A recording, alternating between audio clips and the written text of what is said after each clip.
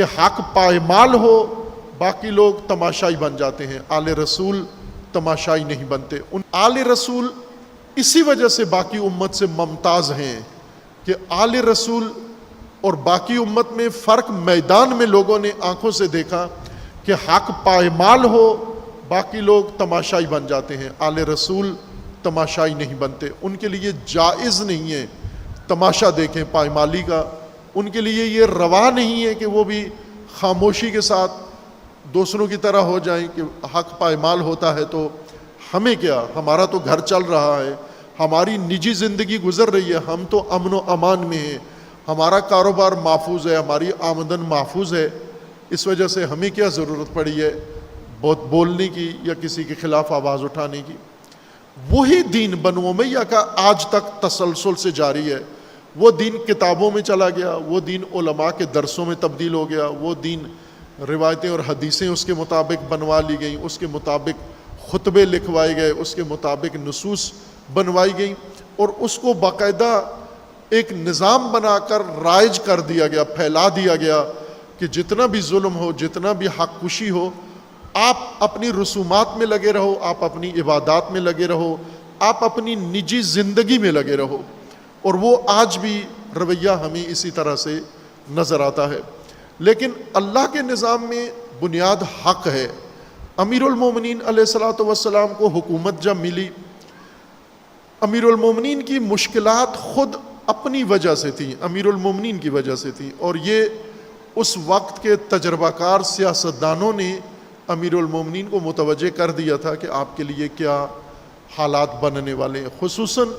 مغیرہ ابن شعبہ جو تمام خلفاء کے ساتھ مشاور کی حیثیت سے رہے، اور بہت سارے صدر اسلام کے واقعات میں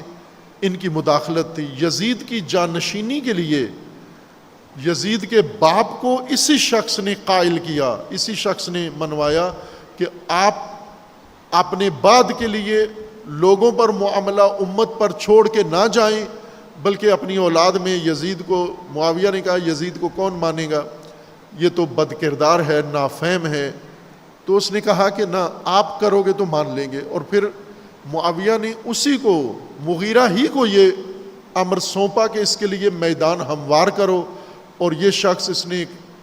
باقاعدہ کمیٹی بنائی اور انہوں نے مل کر یزید کی حکومت کے لیے، جانشینی کے لیے میدان ہموار کیا۔ یزید کو تخت نشینی کے لیے یہی سیاسی مشاورین یہ پہلے امیر المومنین کی طرف آئے، یہی شخص، یہ سیاسی ایڈوائزر امیر المومنین کے پاس آیا اور کہا کہ آپ کا مزاج اور آپ کے جو رجحانات ہیں وہ مجھے پتہ ہیں، آپ عدالت کے خواہاں ہو، آپ حق پرستی کے طرف ہو، آپ حق پر اتنے سختی کے ساتھ قائم ہو کہ اس میں ذرا برابر گنجائش نہیں ہے، لچک نہیں ہے آپ کے کردار میں، اور عدالت و حق آپ کی طرف سے اگر قائم کیے جائیں سختی کے ساتھ، آپ کی حکومت ناکام ہو جائے گی، یہ لوگ آپ کے خلاف ہو جائیں گے، آپ کے حامی بھی آپ سے دور ہو جائیں گے، آپ کے مخالفین کو آپ کے خلاف جواز مل جائے گا، اور آپ کے رقبا جو پہلے سے تیار بیٹھے ہیں وہ آپ کی حکومت کو ناکام کر دیں گے۔ لہٰذا آپ کچھ عرصے کے لیے اپنے اصول، اپنی ویلیوز، اپنی قدریں ان کو چھوڑ دیں، اقتدار مضبوط کریں، اقدار کو چھوڑ دیں۔ اقدار پکڑو گے، اقتدار مضبوط کمزور ہو جائے گا۔ اقتدار کو پہلے مضبوط کرو، اقدار بعد میں نافذ کرنا۔ یہ خلاصہ تھا اس شخصیت، سیاسی ایڈوائزر، سیاسی ماہر اور سیاسی تبصرہ نگار کا امیر المومنین کو۔ اور ظاہری سیاست، بنو امیہ کی سیاست اور اقتدار پرستی کی سیاست میں یہ بہترین مشورہ تھا کہ پہلے اقتدار مضبوط کرو، جب اقتدار مضبوط ہو جائے پھر اقدار نافذ کرو۔ امیر المومنین علیہ السلام نے اس کو بھی، اور باقی جتنے لوگ اس طرح کی ذہنیت رکھتے تھے، سوچ رکھتے تھے، اور امیر المومنین کو مشورے دیتے تھے کہ ابھی تبدیلیاں نہ کریں۔ خلیفہ سوم کے زمانے میں جو نظام چل رہا تھا، بیت المال کا نظام، عدالت کا نظام اور باقی جو امور انجام پا رہے تھے اسی طرح جانے دو، وہی والی رہنے دو، وہی حکمران رہنے دو۔ چند ایک کا نام لے کے کہا کہ ان کو نہیں چھیڑنا، جن میں سے خصوصیت کے ساتھ ایک شام کے والی معاویہ کا کہا کہ اس کو نہیں چھیڑنا، اگر اس کو چھیڑو گے تو آپ کی حکومت لرز جائے گی، ابتدائی مرحلے میں ہی ناکام ہو جائے گی۔ اور یہ جو کچھ کہا تھا مغیرہ نے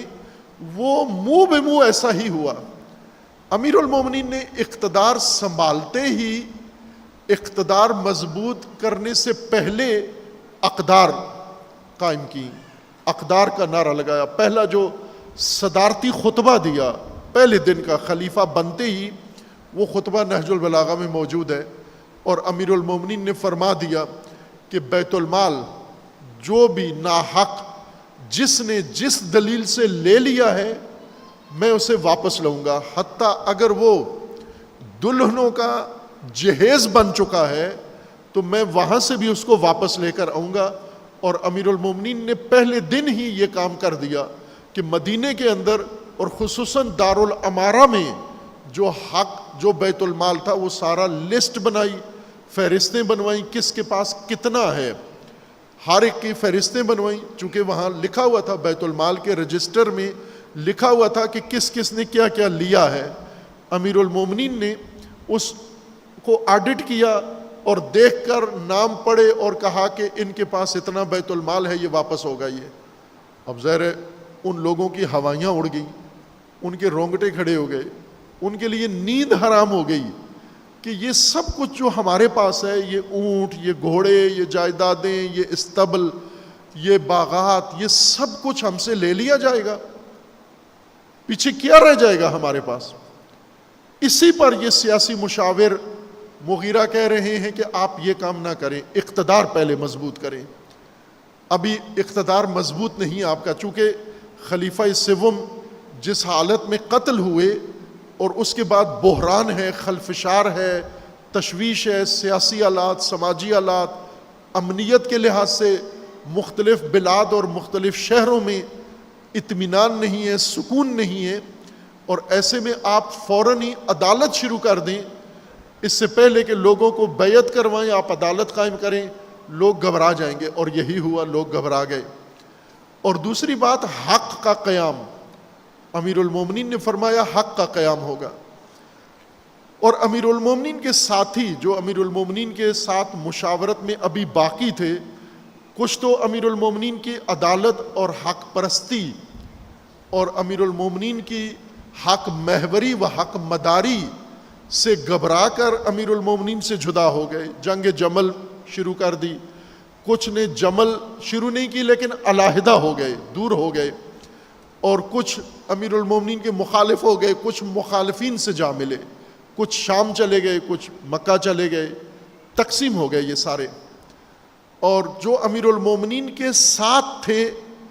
وہ بھی موقع پا کر امیر المومنین کو کبھی کبھار یہ کہہ دیتے تھے، اور امیر المومنین انہیں بتایا بھی کرتے تھے کہ کوئی بات مجھ سے کرتے ہوئے ڈرو مت، خصوصاً حق بات مجھ سے کرتے ہوئے ڈرو مت، کتراؤ مت، میں کبھی بھی حق بات سے پریشان نہیں ہوں گا، تمہاری سرزنش نہیں کروں گا، مجھے برا نہیں لگے گا۔ لہٰذا بعض لوگ موقع پا کر امیر المومنین سابقہ خلفاء کو نہیں کر سکتے تھے، جرأت نہیں تھی، لیکن امیر المومنین نے ان کو جرأت دی کہ میرے ساتھ کر سکتے ہو یہ بات، اور کرتے تھے۔ ان میں سے ایک جناب عبداللہ ابن عباس ہیں، امیر المومنین کے چچیرے، عباس ابن عبد المطلب کے بیٹے، بڑی شخصیت، صحابی، فقی، مفسر، بڑی نامور شخصیت ہیں، اور شیعہ سنی دونوں میں مورد احترام ہیں۔ یہ ان ہستیوں میں سے ہیں جن کا تمام مسلمین متفقہ احترام کرتے ہیں۔ امیر المومنین کے یہ سیاسی مشاور تھے عبداللہ ابن عباس، یہ جن کی اولاد بعد میں بنو عباس بنے، اور بنو امیہ کے بعد اقتدار پر جنہوں نے قبضہ کیا وہ انہی کی اولاد میں سے تھے، ہاشمی تھے۔ یہ امیر المومنین کے بہت قریبی تھے، امیر المومنین کو مشورے دیتے، امیر المومنین کو تجاویز دیتے، اور امیر المومنین کے اقدامات پر گاہی گاہے تنقید بھی کرتے تھے۔ امیر المومنین کو یہ زیادہ اس بات پر قانع کرنے کی کوشش کرتے کہ بعض اقدامات ابھی نہ کیے جائیں، یہ قدم ابھی نہ اٹھایا جائے، یہ بیان ابھی نہ دیا جائے، اس کے بارے میں کوئی فیصلہ ابھی نہ کیا جائے، اس کو آنے والے وقت پہ چھوڑ دیا جائے۔ امیر المومنین چونکہ جانتے تھے کہ یہ مشاور، یہ وزیر، یہ بھی اسی سوچ کا حامل ہے کہ حق اور عدالت پر جو سختی ہے ہمارے موقف میں، اس میں تھوڑی لچک پیدا ہو، حق پرستی میں، حق کے قیام میں۔ اس لیے اکثر یہ امیر المومنین سے جرأت کر کے یہ اظہار کرتے۔ جنگ صفین میں جاتے ہوئے امیر المومنین علیہ السلام جنگ کی قیادت کر رہے ہیں، کمانڈر ان چیف، فوج کے کمانڈر ان چیف، خلیفۃ المسلمین، امام المومنین علی علیہ السلام گھوڑے پر بیٹھے ہوئے اور لشکر کی کمانڈ کر رہے ہیں۔ کمانڈر ان چیف کا گھوڑا جا رہا ہے، سواری جا رہی ہے، اور پیچھے پیچھے لشکر باقی آ رہا ہے، اور اسی دوران امیر المومنین کا جوتا، پھٹا ہوا جوتا تھا، وہ زیادہ پھٹ جاتا ہے، اور اتنا پھٹ جاتا ہے کہ اب گھوڑے پہ بیٹھے ہوئے بھی اس کو استعمال کرنا مشکل ہو رہا ہے۔ لہٰذا امیر المومنین، لشکر جاری ہے، جا رہا ہے، امیر المومنین رک گئے، گھوڑے سے اتر کے اپنا جوتا، خلیفہ مسلمین امیر المومنین کمانڈر ان چیف آرمی کے، یہ اتر کے اپنا جوتا ہاتھوں سے سی رہے ہیں، ٹانک رہے ہیں، پیوند لگا رہے ہیں۔ عبداللہ ابن عباس چونکہ مشاور ہیں، ان کو ساتھ رہنا ہے وزیر صاحب کو، اب وزیر خلیفہ کے ساتھ ساتھ ہے اور حیران ہو رہا ہے، امیر المومنین کو دیکھ بھی رہا ہے اور خاموش ہے۔ امیر المومنین نے دیکھ لیا، بانپ لیا کہ یہ ذہن میں کیا سوچ رہے ہیں۔ امیر المومنین نے ان سے پوچھ لیا، یا ابن عباس، اے عباس کے بیٹے، بتاؤ اس جوتے کی کیا قیمت ہے؟ یہ حدیث موجود ہے۔ امیر المومنین علیہ السلام نے ابن عباس سے پوچھا کہ اے عباس کے بیٹے، میرے چچا کے بیٹے، بتاؤ اس جوتے کی کیا قیمت ہے؟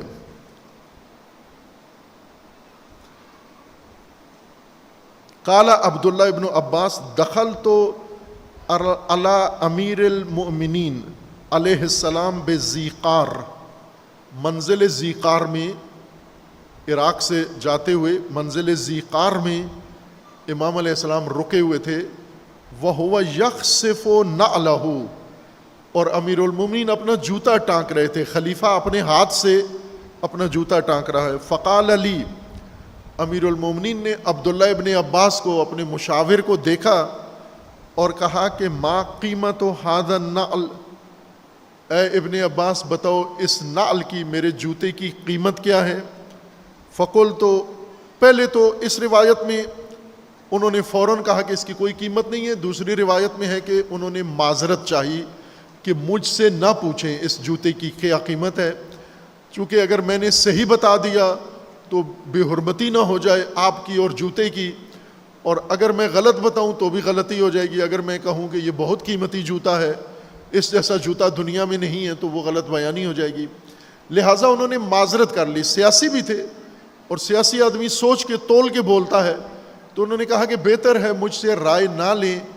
امیر المومنین نے فرمایا نہ، ضروری ہے اس موقع پر آپ کا، چونکہ آپ زیادہ مجھے اس موضوع پر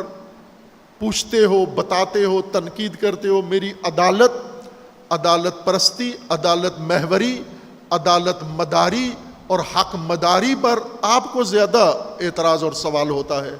اس لیے آپ سے پوچھنا اور آپ کو سمجھانا ضروری ہے۔ آپ بتاؤ اس کی قیمت کیا ہے؟ ما قیمت هذا النعل، اس جوتے کی قیمت کیا ہے؟ پھٹے ہوئے جوتے کی۔ اب امیر المومنین کا جوتا یوں نہیں کہ پہلی دفعہ پھٹا تھا، بلکہ یہ شروع سے جب خلافت نہیں تھی اس وقت سے امیر المومنین کے استعمال میں تھا، اور ظاہراً اس میں چمڑا کم تھا، کھجوروں کے پتے اور کھجوروں کی بنی ہوئی چٹائی کی وہ رسیاں وہ زیادہ تھیں، اور کئی دفعہ پھٹ چکا تھا، اور کئی دفعہ امیر المومنین نے موچی سے نہیں بلکہ خود اس کو ٹانکا تھا، خود اس کو گرم ہی پیوند لگائے ہوئے تھے، پیوند میں بھی پیوند لگے ہوئے تھے، اور ٹاکیاں اس کو لگی ہوئی تھیں۔ اب یہ پھر پھٹ گیا، جنگ کے دوران کمانڈر ان چیف کا جوتا پھٹ گیا۔ اور اب امیر المومنین پوچھ رہے ہیں کہ بتاؤ اس کی کیا قیمت ہے؟ ابن عباس دیکھ رہے تھے جوتا کس قیمت کا ہے. قال لا قیمت لہا فقلت لا قیمت لہا. میں نے کہا کوئی قیمت نہیں ہے، اس کو پھینک دیں آپ.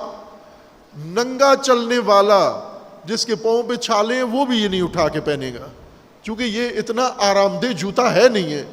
اس جوتے کو صرف آپ ہی پہن سکتے ہیں، اس کی کوئی قیمت نہیں ہے، میرے نزدیک اس کی کوئی قیمت نہیں ہے. فقال علیہ السلام، امیر المومنین نے ابن عباس کو فرمایا واللہ، یعنی امیر المومنین یہی سننا چاہتے تھے. جوتا واقعاً اتنی ہی قیمت کا تھا کہ لا قیمت لہا، کوئی قیمت نہیں ہے اس کی، یہ پھینک دو تو بھی کوئی نہیں اٹھائے گا. اور امیر المومنین یہ اقرار کیوں لے رہے تھے بے قیمت جوتا؟ اس لیے یہ بتانے کے لیے واللہ لا ہی احب الی من امراتکم. ابن عباس، یہ اقتدار، یہ حکومت جو میرے پاس ہے، اور تم ہمیشہ مجھے اس کی پالیسیوں پہ ٹوکتے ہو، روکتے ہو اور تنقید کرتے ہو کہ یہ میرا فیصلہ، اس کا نتیجہ یہ نکلے گا، یہ عدالت کی بات کی، حق کی بات کی، اس کا یہ نتیجہ نکلے گا. تو سنو ابن عباس، یہ اقتدار، یہ حکومت، یہ امارت، یہ میرے نزدیک کیا ہے؟ لہیا، یعنی یہ پھٹا ہوا نال اور جوتا مجھے زیادہ محبوب ہے، مجھے زیادہ قیمتی لگتا ہے، مجھے زیادہ بہتر لگتا ہے من امراتکم، تمہارے اوپر حکومت کرنے سے، الا ان اقیم حقا او ادفع باطلا. اگر میں اس اقتدار کے ذریعے حق قائم نہ کر سکا، اس حکومت سے یہ پھٹا ہوا جوتا بہتر ہے، یہ بے قیمت جوتا بہتر ہے. عزیزان، یہ اہل البیت کی تربیت ہے، یہ اللہ کا بتایا ہوا دین ہے. اب لوگوں کا دین کیا ہے کہ اقتدار اصل چیز ہے، اقتدار اپنے پاس آ جائے، اقتدار آئے، اقتدار مضبوط کرو، اقتدار پکا کرو، اقتدار پہ رہو. حق نہ بھی قائم ہو سکا، نہیں ہونا چاہیے، اقتدار باقی رہنا چاہیے. اور اقتدار اگر ہاتھ آ گیا ہے تو پھر پہلے اقتدار مضبوط کرو، بعد میں اس اقتدار کے ذریعے حق قائم کر لینا. امیر المومنین فرماتے ہیں کہ جس اقتدار سے حق قائم نہ ہو سکے، حق کا دفاع نہ ہو سکے، باطل سے نہ روکا جا سکے، وہ پھٹے ہوئے جوتے سے زیادہ بے قیمت اور بے حیثیت ہے وہ اقتدار میرے نزدیک. یہ امیر المومنین کا راستہ ہے، یہ قرآن کا راستہ ہے، یہ الہی راستہ ہے.